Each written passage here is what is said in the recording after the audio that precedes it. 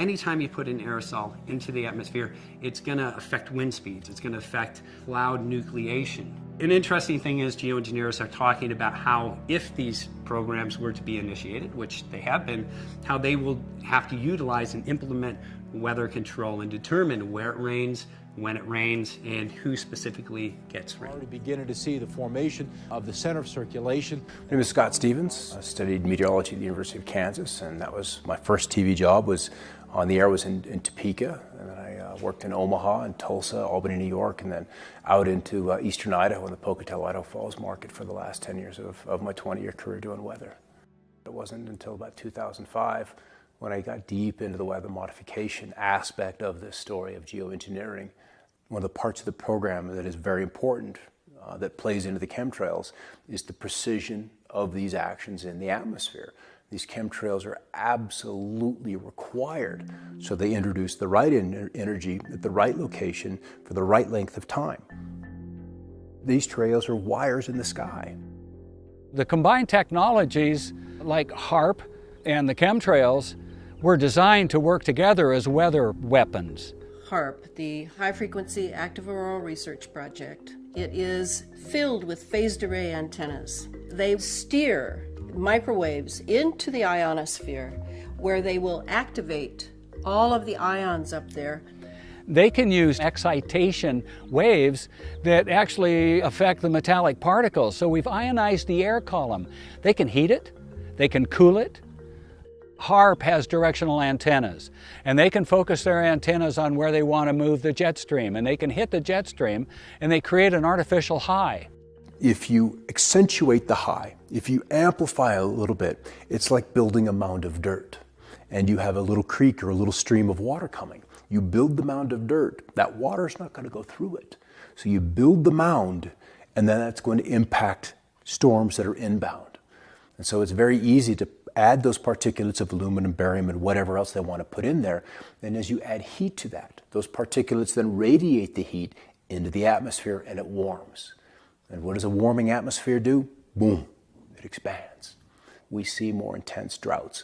We see rainfall rates of 1 to 2.25 inches an hour, and sometimes even rainfall, 1.25 inches a minute is just unheard of. And so when you get the atmosphere capable of conducting this kind of electricity, plus the engineers, you're going to end up with weather that is extreme, and that's putting it kindly. When they move the jet stream, it then pushes up into the polar vortex. The polar vortex really can only move when there's something impacting it, like HAARP. They can heat up that ionosphere. So when the jet stream comes in, it hits that bubble and it diverts. The jet stream flow that is normal brings precipitation and brings the jet stream right into California. And then it brings storm systems with it. It brings rain. The jet stream got pushed off of the coast of California. It dried us up and took all our moisture away and pushed the jet stream north, and when it hit the polar vortex, it then was ricocheted straight down the east coast. What we've been getting, very warm, very dry conditions in California, but in terms of the Arctic and in the Midwest, it's swinging all of that moisture, all that cold air. You can kill a storm in place. That's easy to do with HAARP. You'll see the texture and the structure of the storm just melt, and it will become just this diffuse, amorphous, featureless mess. And that was one of the big epiphanies I had in forecasting. Anticipating a winter storm coming through, you've got to set forecast out that night, and you're waiting for the snow to start. You're waiting for the snow to start, and you're waiting for the snow to start, and it just doesn't. And you go outside and you see a warming zone begin to show up on the satellite loops. The clouds literally just begin to warm, and then that collapses the potential of the storm to put down the moisture. It's done. It's shot. When aerosols, heavy metals, whatever type of aerosol it is, when they're introduced into the atmosphere, the water molecules will attach on to these aerosols or metal particulate. So instead of falling naturally, they drift. So we get droughts in certain areas, floods in other areas, exactly what we're seeing right now. There has been precious little water in southern and eastern Africa where El Nino is scorching the earth. In a country like Yemen, we're talking about 100 cubic meters per year.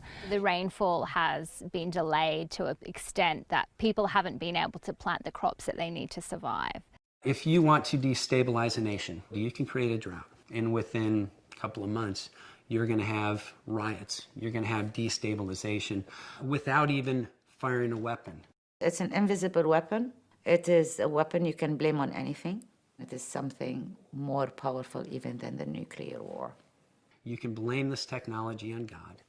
You can blame it on nature, get away with a whole bunch. Think if we had the ability to steer hurricanes, and the hurricane was going to slam into New Orleans, and let's say you could steer it so it would hit Mississippi instead.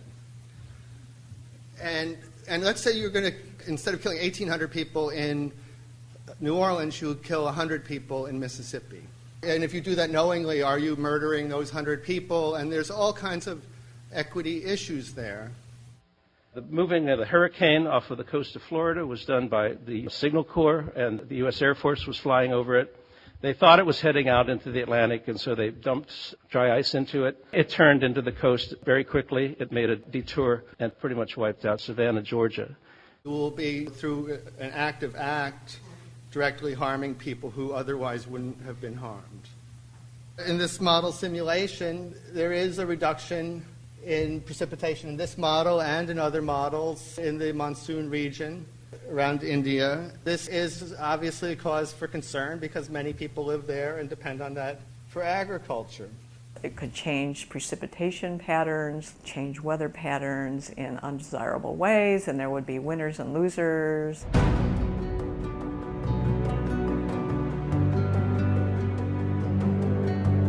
Farmers came here and levied in the Sacramento River, and ever since then, agriculture has existed in the area.